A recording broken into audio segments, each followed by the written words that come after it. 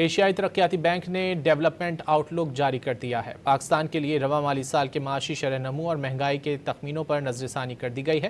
مزید جانیں گے ڈان نیوز کے نمائندے طاہر شیرانی سے۔ طاہر بتائیے۔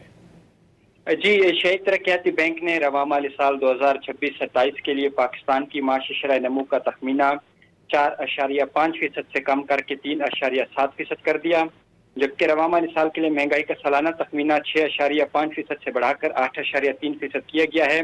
ایشیائی ترقیاتی بینک نے جو پاکستان کے لیے رواں مالی سال کے معاشی شرح نمو اور مہنگائی کے تخمینوں پر نظر ثانی کی ہے، اس کے تحت معاشی شرح نمو میں کمی اور مہنگائی میں اضافے کا تخمینہ لگایا گیا ہے۔ ایشیائی ترقیاتی بینک نے رواں مالی سال 2026-27 میں پاکستان کی معاشی شرح نمو 3.7% رہنے کا تخمینہ لگایا ہے، اور اس سے پہلے ایشیائی ترقیاتی بینک نے اپریل 2026 میں رواں مالی سال کے لیے پاکستان کی معاشی شرح نمو کا تخمینہ 4.5% لگایا تھا، جبکہ حکومت پاکستان نے رواں مالی سال 2026-27 کے لیے جی ڈی پی کا 4% مقرر کیا ہے۔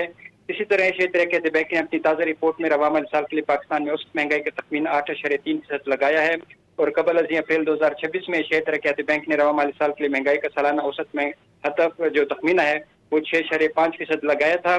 ایشیائی ترقیاتی بینک کا کہنا ہے کہ مشرق وسطی میں کشیدگی کی وجہ سے مہنگائی بڑھ سکتی ہے، علاقائی کشیدگی کے باعث توانائی کی مارکیٹ میں گہرے کی صورتحال ہے، اور ایشیائی ترقیاتی بینک نے $4 ارب کی فائنینسنگ کا فیصلہ کیا ہے۔ جی بہت شکریہ طاہر شیرانی ان تفصیلات کے لیے۔